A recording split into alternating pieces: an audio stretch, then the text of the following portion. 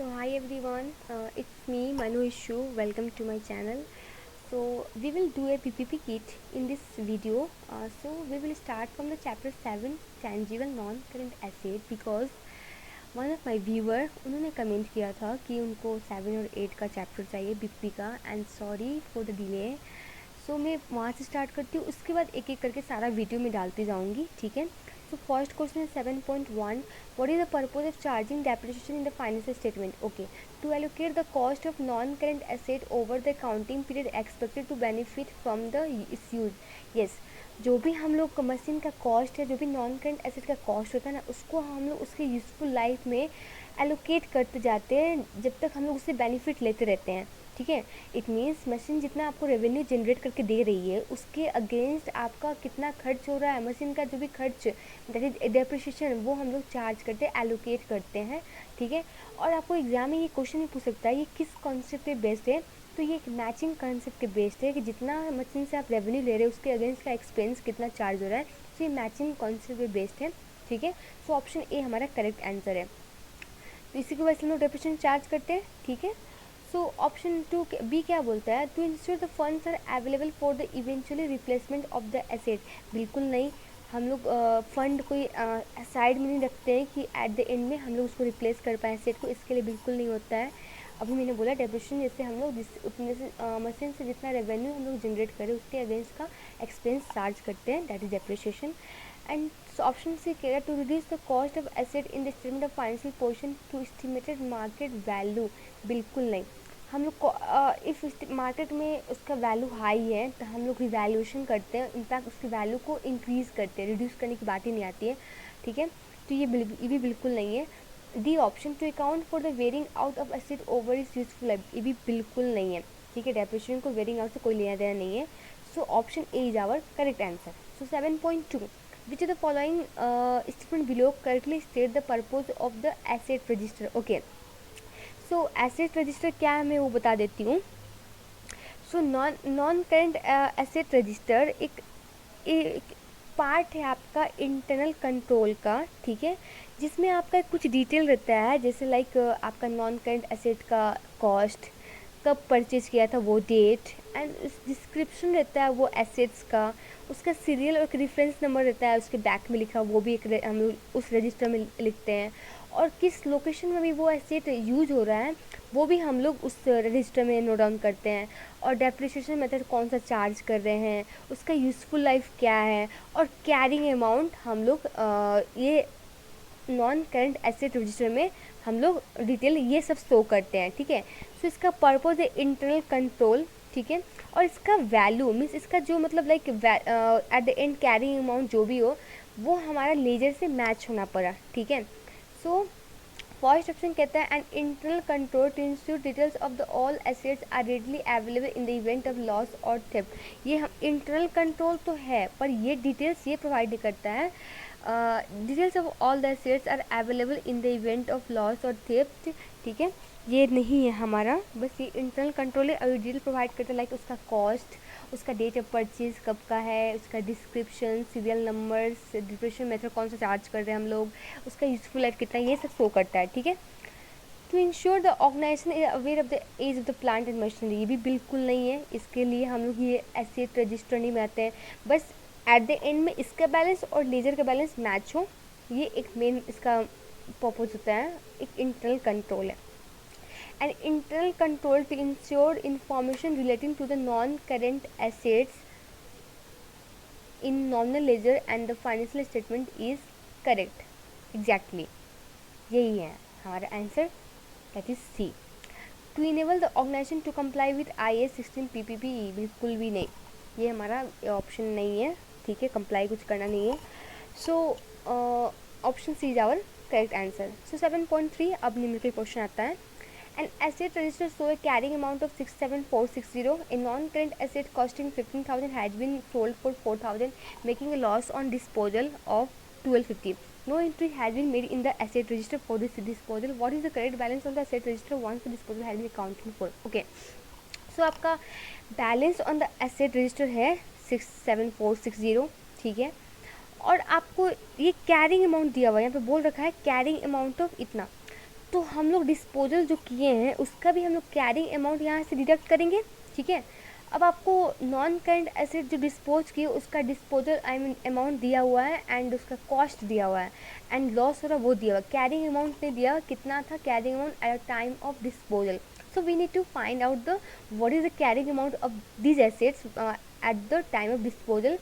सो अब देखो लॉस कब होगा, जब आपका कैरिंग अमाउंट से कम में सोल्ड हुआ होगा, है कि नहीं।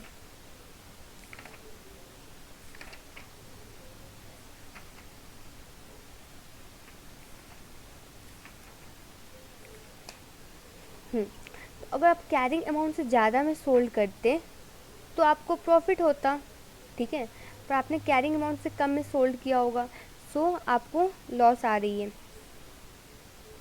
सो नाउ अब हम लोग को करना क्या है, हम लोग को यहाँ से कैरिंग अमाउंट जो डिस्पोज किया है ना वो फाइंड आउट करना है।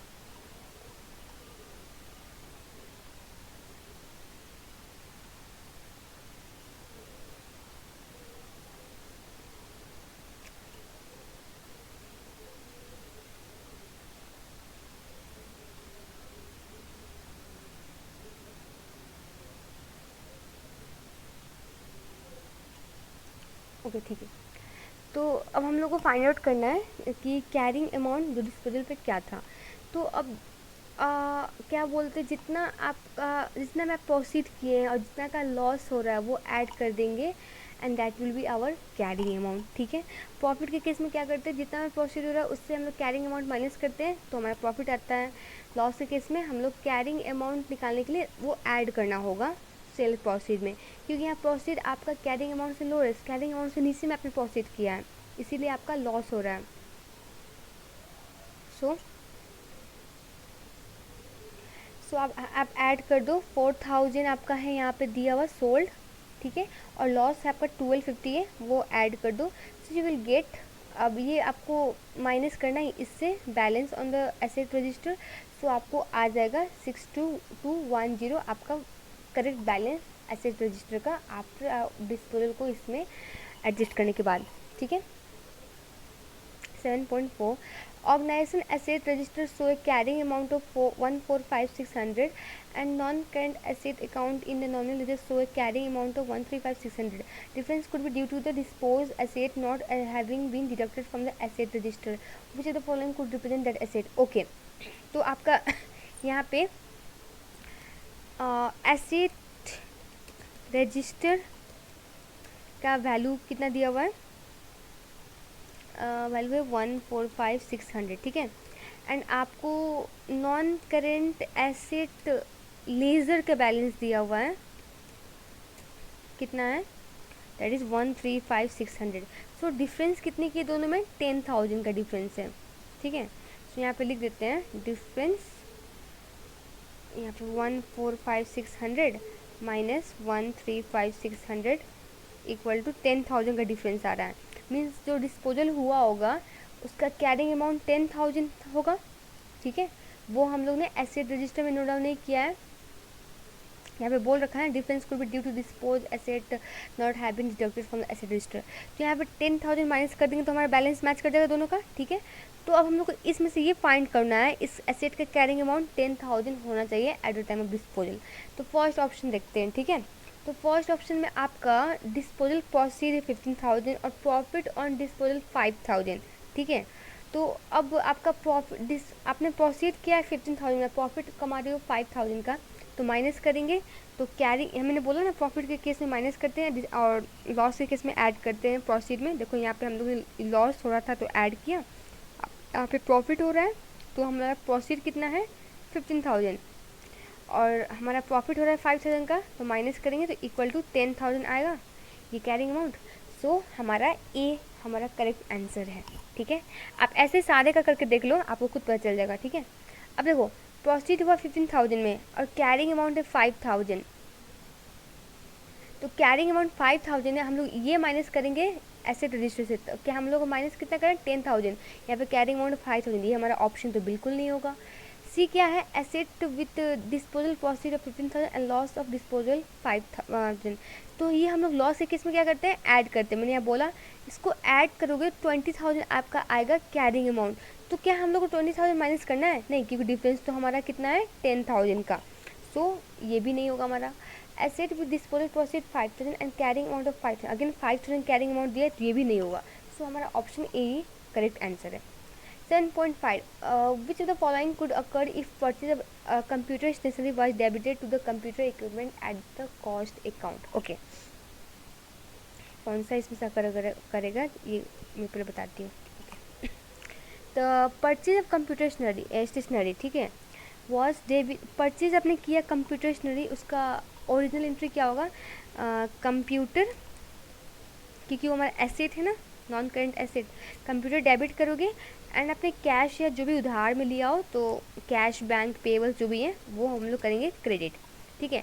बट व्हाट यू डीड, आपने क्या कर दिया, डेबिट कर दिया computer sorry it's my mistake, it's my stationery, ये हमारा एक्सपेंस है, कंप्यूटर स्टेशनरी,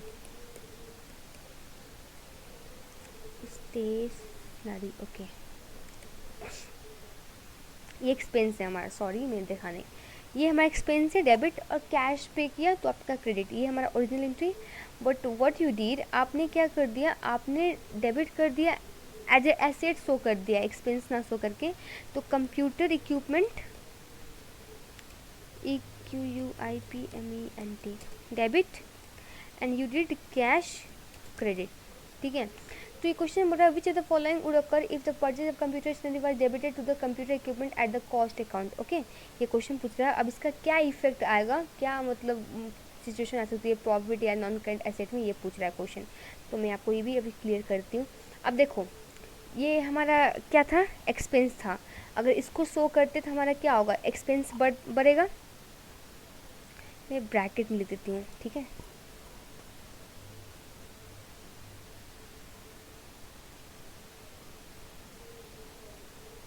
ओके, सो यहाँ पे हमारा क्या होगा, एक्सपेंस इंक्रीज होगा, एक्सपेंस इंक्रीज होता, इंक्रीज,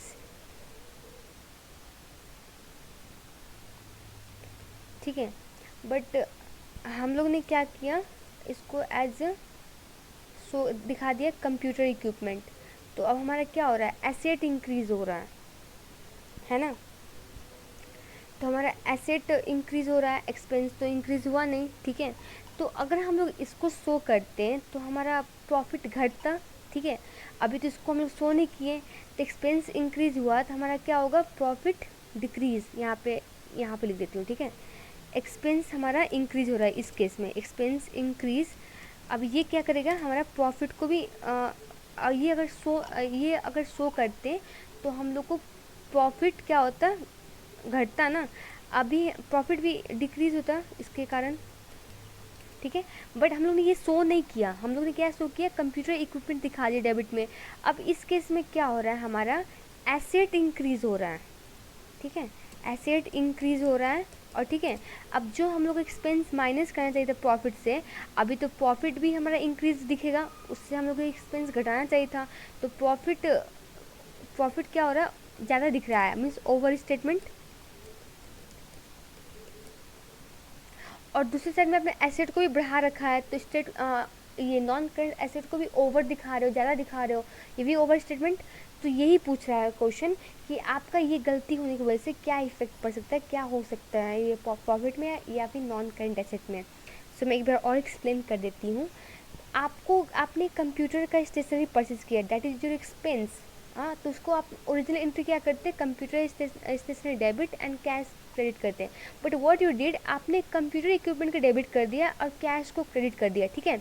तो ये हमारा क्या था, एक्सपेंस। अगर हम लोग ये पार्ट नहीं करते हैं तो हम लोग एक्सपेंस इसको दिखाते, प्रॉफिट एंड लॉस में जाता, प्रॉफिट से घटता तो हमारा प्रॉफिट डिक्रीज होता ना इसके कारण। बट हम लोग ने क्या किया, इसको कंप्यूटर इक्विपमेंट दिखा दिया, गलती हुई, हमारा एसेट ज़्यादा दिख रहा है जो हमारे पास है ही नहीं। तो एसेट क्या हो रहा है, नॉन करेंट एसेट ओवर दिख रहा है, ज़्यादा दिख रहा है, ओवर स्टेटमेंट। अब यहाँ पे एक्सपेंस को जो घटाना था घटाया नहीं, तो हमारा प्रॉफिट भी तो ज़्यादा दिख रहा है, ओवर दिख रहा है। तो हमारा asset and profit over statement, जो कि हमारा फर्स्ट ही ऑप्शन है, यही हमारा करेक्ट आंसर है। ठीक है।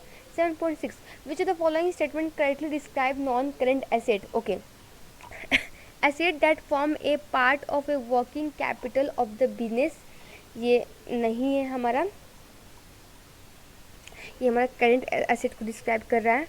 B, asset which are intended to be used by business on continuing basis and including both tangible intangible asset that do not meet the IAS 1 definition of current asset. Yes, हमारा B correct answer है। Third, non monetary asset without physical substance that are control by entity from which future benefit are expected to be follow, ये नहीं है हमारा, सी गलत है। ठीक है, ये इंटेंजिबल एसेट को डिस्क्राइब कर रहा है, सो ये भी गलत है।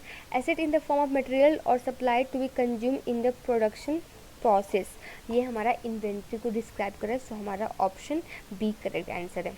7.7 a company bought a property 4 years ago on 1 January 170,000 since property price has risen substantially and property has revalued to 210,000. The property was estimated as having a useful life of 20 years when it was purchased. What is the balance on revaluation surplus reported in the financial position? Okay, तो आपको यहाँ पे revaluation surplus का balance पूछ रहा है, ठीक है। अब देखो, प्रॉपर्टी आपने 4 साल पहले खरीदा था, दैट वाज 170,000, ठीक है। अब उस पर डेप्रिसिएशन चार्ज हुआ होगा ना 4 साल का, उसका यूज़फुल लाइफ भी बोल रहा है कि 20 ईयर्स था, तो डेप्रिसिएशन पहले हम लोग फर्स्ट ईयर का कैलकुलेट करते हैं, ठीक है, फर्स्ट ईयर, ठीक है। फर्स्ट ईयर का depreciation okay, so 170,123 divide by 20 कर दो, इक्वल टू कितना आ जाएगा 170 8500। ये फर्स्ट ईयर का स्ट्रेट लाइन के बेसिस पे करें तो सेकेंड ईयर में भी यही आएगा, second year depreciation, second year में डेप्रिसिएशन इक्वल टू 8500। उसके बाद में आपका थर्ड ईयर में भी यही आएगा, same, third year equal to 8500। Fourth year में भी यही आएगा 8500, ठीक है। आपका टोटल डेप्रिसिएशन कितना हो गया, टोटल डेप्रिसिएशन इक्वल टू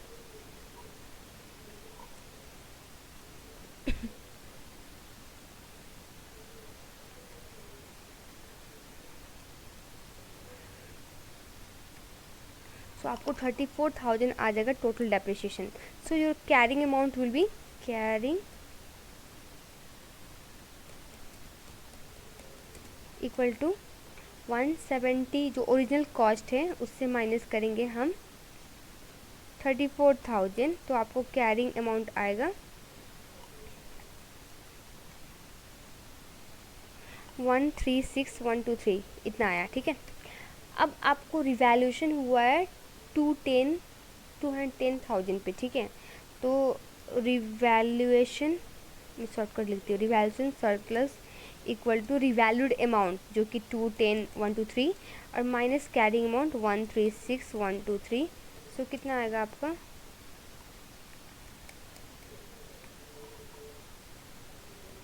74,000, जो आपका ऑप्शन सी है, ठीक है, समझ में आ गया। ये रिवैल्यूड अमाउंट है, ये कैरिंग अमाउंट है आपका। So question number 7.8 A business purchase a motor car on 1st July 2023 for 20,000. It is to be depreciated at 20% per year on a straight line basis, assuming a residual value at the end of the 5 years of 4,000 with a proportional depreciation charge in the year of purchase and disposal. The 20,000 was currently entered in the cash book but posted to the debit of motor vehicles repair account. How will be the business profit for the year in 31st December 2023 be affected by this year? Okay.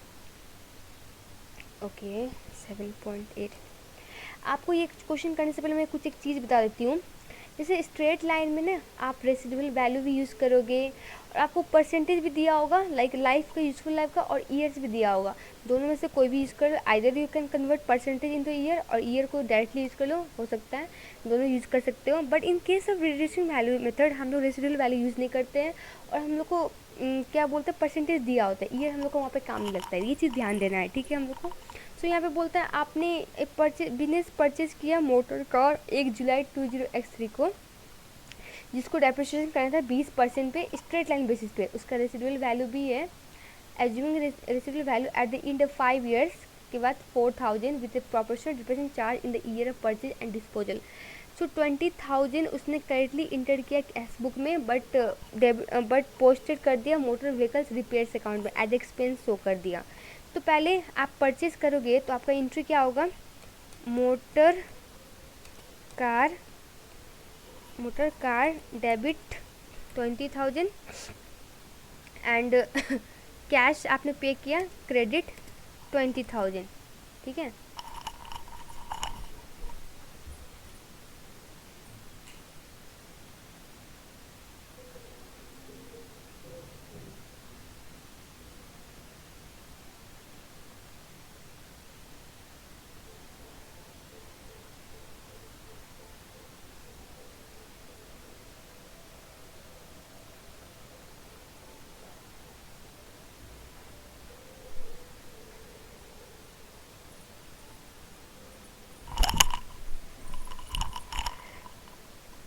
तो आपने इसको as expense show कर दिया, means motor vehicles repair debit कर दिया 20,000 and आपने cash को सही एंट्री किया, ये बोल रहा है, ठीक है। तो इसका प्रॉफिट पे क्या मतलब असर पड़ेगा एट द ईयर एंड में, ये पूछ रहा है, ठीक है। और इस पर आप डेप्रिसिएशन भी चार्ज करो जो कि प्रोपोर्शनेट है, ठीक है। डेप्रिसिएशन चार्ज करने के लिए प्रोपोर्शनल मतलब मंथली वाइज। तो आपका ईयर एंड है दिसंबर, आपने इसको बाई किया जुलाई में, इट मीन्स 6 मंथ हुआ है। तो 20,000 इंटू आपका रेसिडुअल वैल्यू भी दिया हुआ है, जस्ट वेट, 20,000 माइनस 4,000 करेंगे और डिवाइड बाय इसका लाइफ क्या है 5 years, ठीक है। और फिर इनटू करेंगे 6 डिवाइड बाई 12, ठीक है, क्योंकि ये 6 मंथ हुआ है एक बार की।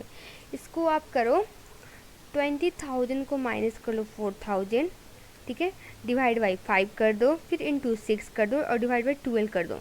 सो आपको जो डिप्रिसिएशन चार्ज किया है वो 1600 आ जाएगा, 1600, ठीक है। तो अब एक यहाँ पे बोल रहा है प्रॉफिट पे क्या इम्पैक्ट पड़ेगा, ठीक है।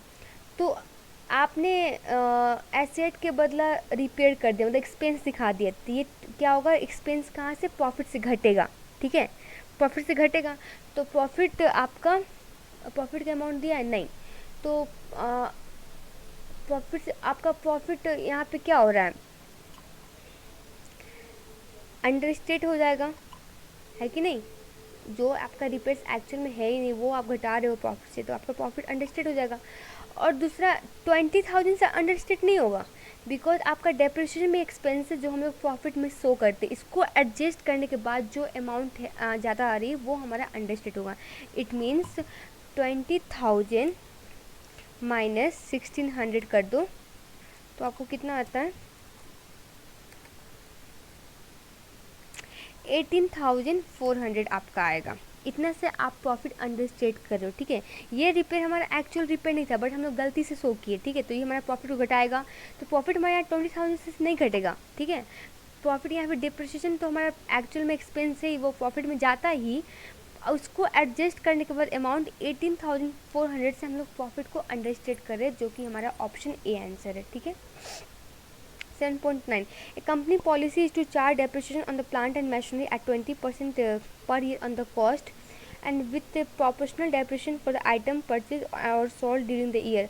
What should be depreciation charge for the plant and machinery excluding any profit or loss on disposal for the year in 30 September 20x3? Okay. ये क्वेश्चन करते हैं 7.9। ओके, सो आपको यहाँ पे डेप्रिसिएशन क्या चार्ज हो रहा है ये क्वेश्चन में पूछ रहा है आपको, ठीक है, मतलब कितना चार्ज हुआ है इस ईयर का। ये ध्यान देना, चार्ज फॉर द ईयर बोला, चार्ज फॉर मतलब इस साल का, फॉर द ईयर एंड, ठीक है, ये फॉर मतलब ईयर एंड के लिए है। तो आपका बैलेंस दिया हुआ है, ठीक है, बैलेंस है, उसमें से आपने डिस्पोजल भी किया हुआ है, ठीक है। तो अब ऊपर से हमारा प्रोपोर्शनल है क्या, एग्जैक्टली यहाँ पे लिखा हुआ है प्रोपोर्शनल चार्ज हुआ है, ठीक है।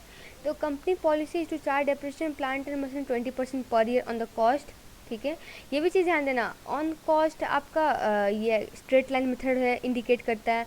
अगर यहाँ पे कैरिंग अमाउंट होता तो आपको रिड्यूसिंग बैलेंस मेथड इंडिकेट करता है, क्योंकि रिड्यूसिंग बैलेंस मेथड हमारा कैरिंग अमाउंट पे चार्ज होता है, और ऑन कॉस्ट पे हम लोग स्ट्रेट लाइन मेथड चार्ज करते हैं। तो with A proportional depreciation for the item purchase और सोल्ड ड्यूरिंग द ईयर, ठीक है। तो अब हमारा बैलेंस कितना है, यहाँ से स्टार्ट करते हैं बैलेंस से। सो बैलेंस है हमारा, माइनस करेंगे इससे जो डिस्पोजल किया है 200,000, इससे डिस्पोजल कितना किया हम लोग 40,000। तो ये हमारा थ्रू आउट द ईयर है, इस पर कोई प्रोपोर्शन नहीं होगा, पूरा का पूरा डिप्रेशन चार्ज करेंगे, ठीक है। तो 20% इंटू 12 डिवाइड बाई 12 पूरा फुल ईयर के लिए चार्ज होगा। तो ये आपका कितना आएगा, 200,000 माइनस 40,000 डिवाइड बाई 5, ये 32,000 आएगा आपका डिप्रिसिएशन, ठीक है। उसके बाद आप चार्ज करोगे ये कैश परचेज किया आपने, एक प्लांट कैश पे किया, परचेज किया प्लांट को, तो परचेज कब किया है, परचेज का अमाउंट ले लो, 50,000 का परचेज किया है, इस पे हम लोग 20% चार्ज करेंगे, ठीक है, इनटू, अब देखो परचेज अप्रैल में किया है। आपका एक और चीज़ यहाँ पे इम्पॉर्टेंट है, आपका डेट, ठीक है, डेट बहुत इंपॉर्टेंट है डेप्रिसिएशन के लिए, अदरवाइज झोलमोल हो जाएगी सारी चीज़ें। तो आपका ईयर एंड कब है, सितंबर, इट मीन्स 1 अक्टूबर आपका ईयर स्टार्ट है, अक्टूबर 20x2 और सितंबर 20x3 सॉरी। अब अप्रैल में परचेज किया तो अप्रैल मई जून जुलाई, अप्रैल मई जून जुलाई अगस्त सितंबर, इट मीन्स 6 मंथ हुआ है, ठीक है। तो इंटू 6 डिवाइड बाई 12 कर देंगे। अब इसको निकालो कितना आता है आपका, 50,000 आपका 5,000 आएगा, ठीक है। अब डिस्पोजल आपने कर रहे हो, डिस्पोजल कर रहे हो कुछ एसेट, डिस्पोजल कितने का हुआ है, 40,000 का। तो डिस्पोजल करने से पहले वो एसेट आपके पास था ना, उस पर डेप्रिसिएशन चार्ज करोगे ना। अब कितने महीने तक था आपके पास, आपने इसको डिस्पोज किया है जून में, ठीक है। तो कितने महीने था, अक्टूबर नवंबर दिसंबर जनवरी फरवरी मार्च अप्रैल मई जून, 9 महीने आपके पास था वो एसेट, ठीक है।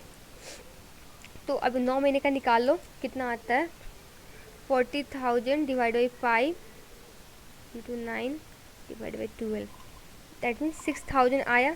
इस सबको ऐड करो तो टोटल आपका डेप्रिसिएशन आ जाएगा, टोटल डेप्रे ओके कितना आएगा,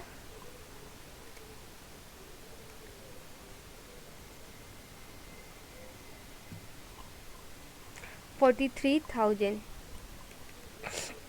option A is your answer.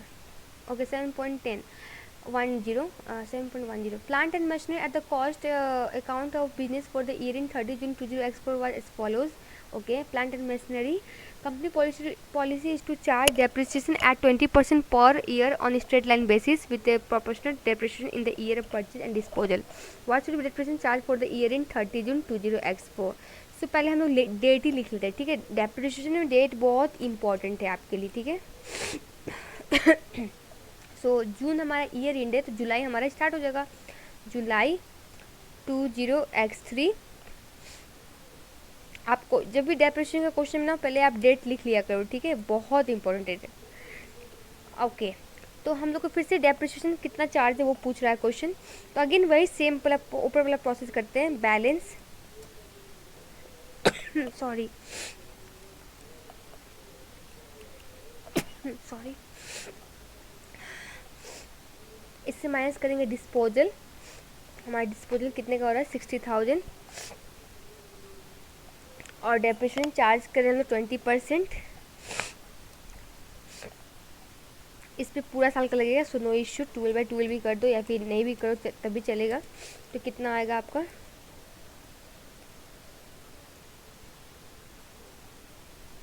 36,000 आया। उसके बाद आपने परचेज किया है, ठीक है, परचेज कितना किया 160,000 इंटू करोगे 20%, इंटू कितने महीने हुआ परचेज किया, आप जनवरी में परचेज किया, ठीक है। तो जनवरी, फरवरी, मार्च, अप्रैल, मई, जून, ठीक है। जून आपका ईयर एंड है, 6 महीना हुआ, 60/12। तो कितना आएगा आपका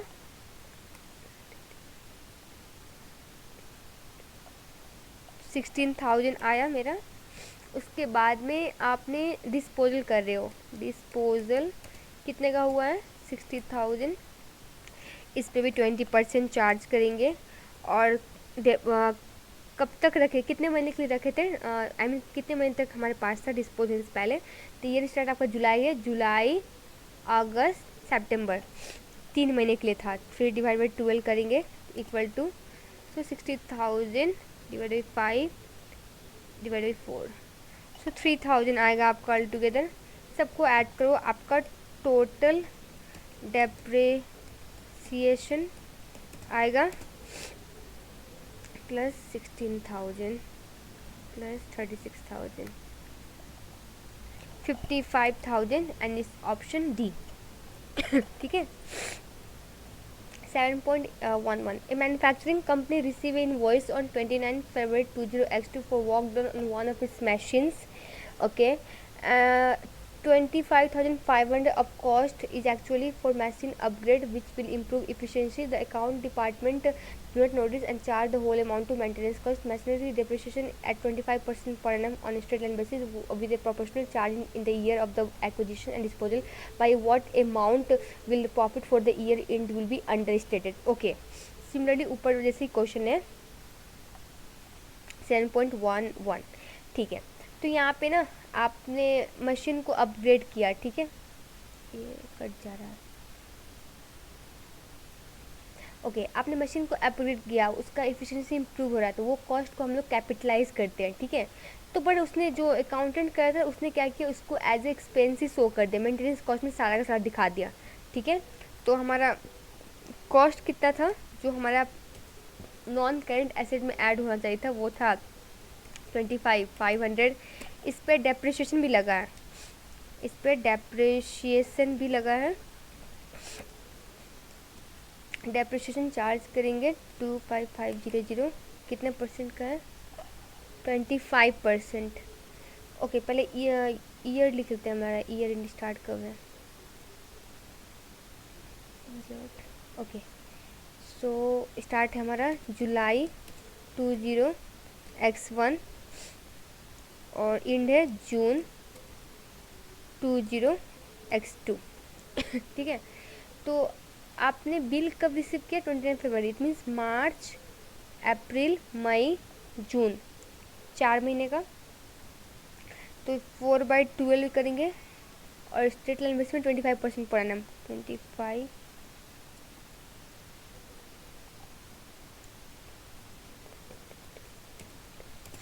ओके 25,500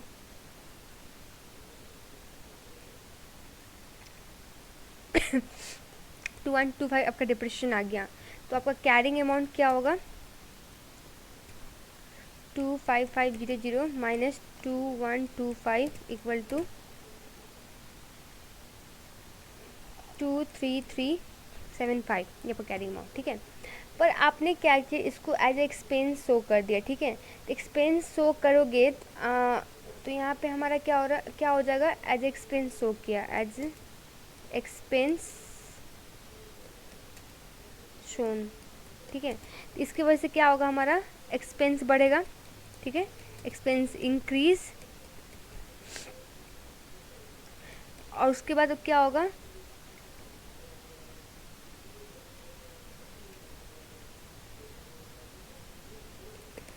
एक्सपेंस इंक्रीज करे तो हमारा प्रॉफिट डिक्रीज होगा, ठीक है। अब प्रॉफिट कितना से डिक्रीज होगा, मीन्स अंडरस्टेट होगा प्रॉफिट हमारा, जो कि घटना नहीं चाहिए था, क्योंकि हमारा ये तो नॉन करेंट एसेट में जाकर कैपिटलाइज होता, बट हम लोग एज एक्सपेंस शो कर दिए, उसीलिए हमारा क्या बोलते हैं प्रॉफिट से घट रहा है, तो प्रॉफिट को घटा रहा है, प्रॉफिट अंडरस्टेट हो रहा है हमारा। तो कितना से अंडरस्टेट हो रहा है, तो ये जो डेप्रिसिएशन था ना, ये तो हम लोग दिखाते ही ना प्रॉफिट एंड लॉस में, ये तो एज एक्सपेंस ही हमारा। तो इसको घटाने के बाद कितना आ रहा है, 2375 आया ना कैरिंग अमाउंट, इतना से हम लोग प्रॉफिट को अंडरस्टेट कर रहे हैं, ठीक है। सो ऑप्शन हमारा सी। यहाँ पे प्रॉफिट ई मैं लिख देती हूँ, यहाँ पे जस्ट वेट, 25500 माइनस 2125, ये जो आंसर आएगा इतना से हमारा प्रॉफिट अंडरस्टेट हो रहा है। 7.12 W brought a new printing machine was purchased 80,000, installation cost were 5,000 and employee received a training on how to use machine at the cost of 2,000. Before use machine to print a customer order, a test was undertaken and paper and ink cost was 1,000. What should be the cost of machine in the company statement of financial position? Okay, 7.12 7.12 में आपको क्या करना है, purchase cost लेना है, that is 80,000, उसमें installation cost add करेंगे, वो हमारा 5,000। ट्रेनिंग कॉस्ट हमारा ऐड नहीं होगा क्योंकि वो रिकरिंग फिर से कभी इंकर हो सकता है, तो ये रिकरिंग नेचर का, इसको ऐड नहीं करेंगे। और टेस्टिंग कॉस्ट हम लोग ऐड करेंगे, जो टेस्ट किया है 1,000 वो ऐड करेंगे। It means 80,000 plus 5,000 plus 1,000 means 86,000 आपका आंसर होगा इसका। So 7.13 what are the correct ledger entry to record an acquisition of non-current asset on credit? Okay, तो आप नॉन करेंट एसेट को क्रेडिट में परचेज करो तो उसका जर्नल एंट्री क्या होगा, नॉन करेंट एसेट डेबिट, ठीक है, एट ए कॉस्ट। एंड उसके बाद क्रेडिट में परचेज करो, उसमें पेबल्स आ जाएगा आपका क्रेडिट में, सो आपका ऑप्शन सी। अल्फा सेल से machines for 50,000 on cash on 30 April 20x4, machine B cost 100,000 when it was purchased and has a carrying amount of 65,000 at the date of disposal. What are the journal entry to record the disposal of the machine B? Disposal के लिए entry पूछ रहा है, क्या होगा? Okay, 7.14 सो आप dispose कर रहे हो ना, डिस्पोज कर रहे हो तो पहले हम लोग क्या करते हैं, नॉन करेंट एसेट जो पहले डेबिट किया है तो उसको क्रेडिट करते हैं, ठीक है। तो यहाँ पे नीचे में नॉन करेंट एसेट को क्रेडिट करेंगे, उसका कॉस्ट कितना था मशीन का, एक्चुअल कॉस्ट 100,000, तो 100,000, ठीक है। उसके बाद आप कैश रिसीव करो तो कैश का तो ओरिजिनल एंट्री डालेंगे हम लोग, डेबिट कितना कैश रिसीव किया आपने, 50,000, ठीक है। उसके बाद एक्यूमुलेटेड डेप्रिसिएशन जो मशीन से रिलेटेड होता है उसको भी हम लोग क्या बोलते हैं, राइट अप करते हैं। आई मीन पहले जो क्रेडिट किए थे अब डेबिट करेंगे ताकि वो नील हो जाए, क्योंकि वो ऐसे हमारे पास अब रहा नहीं, उसके रिगार्डिंग अब उसके रिलेटेड एक्यूमुलेटेड डेप्रिसिएशन को भी रख के क्या करेंगे हम, उसको भी हम लोग को नील बनाना है, तो उसको हम लोग क्या करेंगे, डेबिट करेंगे। तो एक्यूमुलेटेड डेप्रिसिएशन ये हो जाएगा हमारा डेबिट, कितना है एक्यूमुलेटेड परसेंट वो हम लोग को कैलकुलेट करना होगा, क्योंकि हम लोग को सेलिंग दिया और कैरिंग अमाउंट दिया है, ठीक है, और कॉस्ट भी दिया हुआ है, सॉरी। तो कॉस्ट से आप कॉस्ट, हाँ, 100 माइनस 65 35, यस। तो ये आपका कॉस्ट दिया हुआ है 100,000, इससे माइनस कर दो आपका कैरिंग अमाउंट, तो आपको आ जाएगा एक्यूमुलेटेड डेप्रिसिएशन जो हो जाएगा आपका 35,000, ठीक है। अब देखो इसका कैरिंग अमाउंट तो 65,000, आप बेच कितना में रहे हो, 50,000 में, तो लॉस हो रहा है ना, तो लॉस को भी हम लोग क्या करते हैं, डेबिट साइड शो करेंगे, लॉस ऑन डिस्पोजल। यही प्रॉफिट होता है तो हम लोग क्रेडिट साइड में शो करते हैं, पर लॉस हो रहा है डेबिट साइड में। कितना से लॉस हो रहा है, 15,000 से, तो 15,000 यहाँ आएगा। अब ये ऑप्शन ढूंढो आप, ठीक है। डेबिट एक्यूमुलेटेड डेप्रिसिएशन 35,000 डेबिट है, ठीक है। लॉस ऑन डिस्पोजल 15,000, ठीक है, ये भी है हमारे पास। कैश डेबिट है, ठीक है, ये भी है 50,000। और credit non current asset cost 100,000, सो ये भी है। सो ऑप्शन ए हमारा करेक्ट आंसर है, ठीक है, okay. 7.15 Identify by indicating the relevant box in the table below whether each of the following statement is true or false. Okay, IAS 16 PPE requires entities to disclose the purchase date of the each asset. 9 ये नहीं require करता है कि purchase date हम लोग को disclose करना होगा, ठीक है। हम लोग को कैरिंग अमाउंट डिस्क्लोज करना होता है, यूजफुल लाइफ उसका कौन सा डेप्रिसिएशन यूज़ कर रहे हैं, ठीक है। और रिवैल्यूएशन सरप्लस हमारे बुक में दिया हुआ है बहुत सारा, उस सबको लर्न कर लेना, दैट्स सफिशिएंट, ठीक है। तो ये फॉल्स है हमारा। And the carrying amount of non current asset is the cost और the valuation of that asset less accumulated depreciation. Exactly यही है हमारा, नॉन करेंट एसेट से हम लोग एक्यूमुलेटेड डेप्रिसिएशन माइनस करते हैं तो हमारा कैरिंग अमाउंट आ जाता है उस नॉन करेंट एसेट का।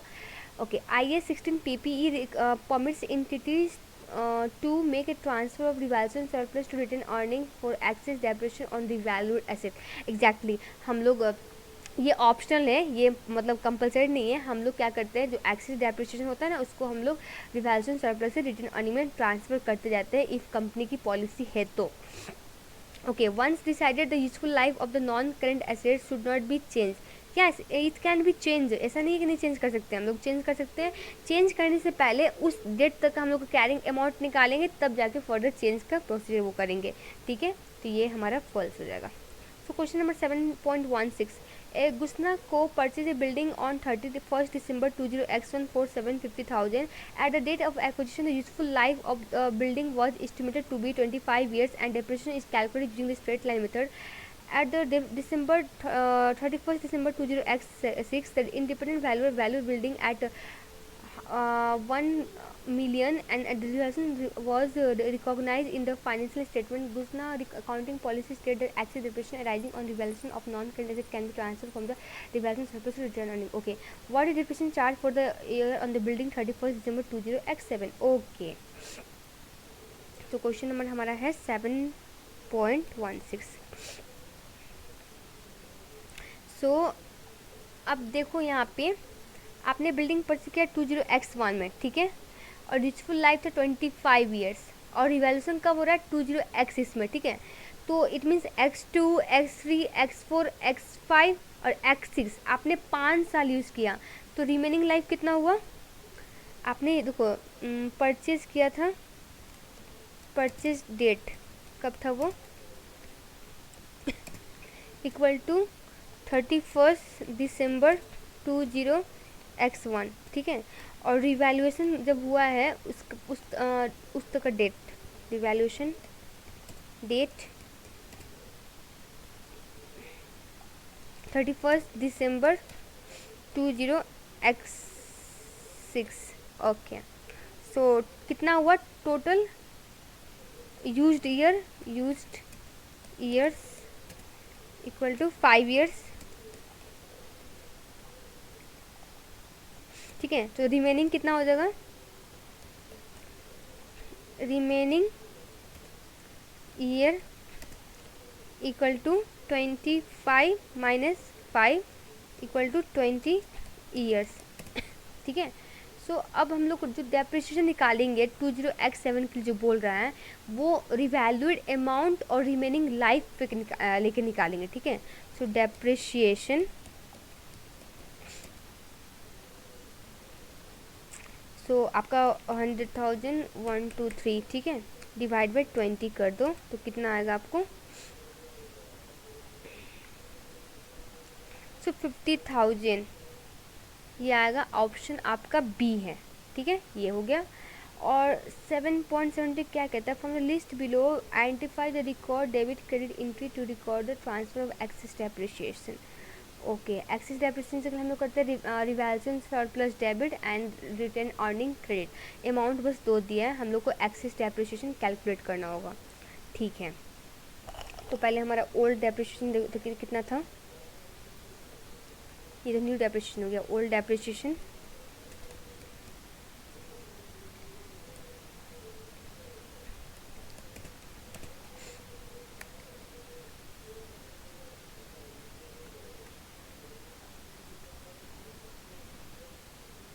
ओके। तो आपका पहले का वैल्यू कितना है 750 1 2 3 और डिवाइड बाई आपका ओरिजिनल लाइफ क्या था 25 ईयर्स। इसको सॉल्व करने के बाद आपको आएगा ओल्ड डेप्रिसिएशन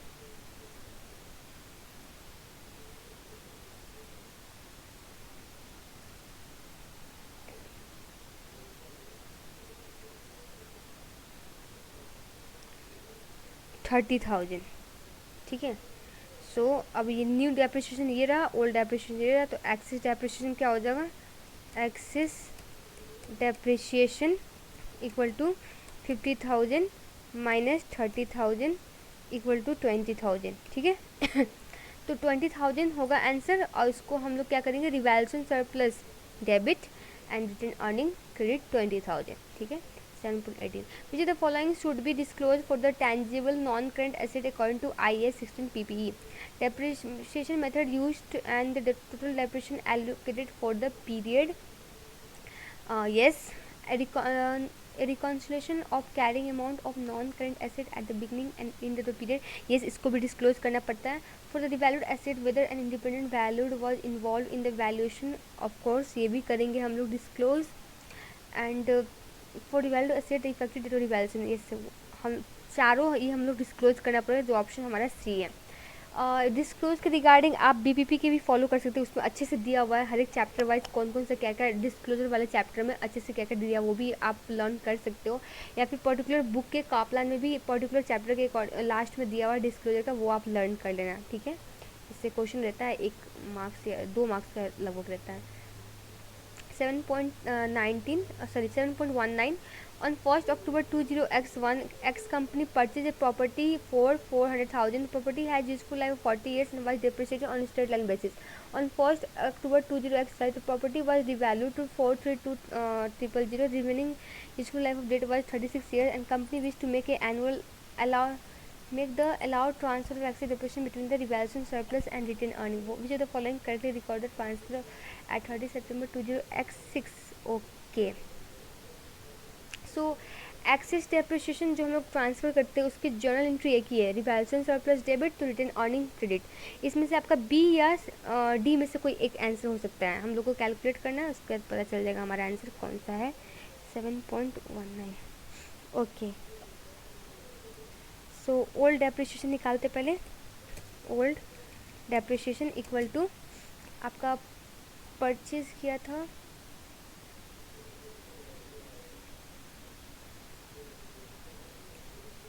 डिवाइड बाई आपका लाइफ है 40 इक्वल टू 10,000, ठीक है। और न्यू डेप्रिसिएशन आपका कितना पे रिवैल्ड हुआ है, 432,123, और आपको रिमेनिंग लाइफ भी दिया हुआ है 36 ईयर्स। सो इसको करने का आपको कितना आएगा, 12,000, ठीक है। तो एक्सेस डेप्रिसिएशन कितना है, excess depreciation equal to 12,000 minus 10,000 equal to 2,000। So 2,000 आपका आंसर होगा, रिवैल्यूएशन सरप्लस रिटर्न अर्निंग ये बी आपका आंसर होगा, ठीक है। सो नेक्स्ट वीडियो में हम लोग करेंगे ये चैप्टर 8। सो अभी के लिए इतना ही, और आप लोगों को कोई भी डाउट है तो आप मुझसे पर्सनली पूछ सकते हो, मेरा ईमेल भी है डिस्क्रिप्शन बॉक्स में एंड टेलीग्राम का लिंक भी है।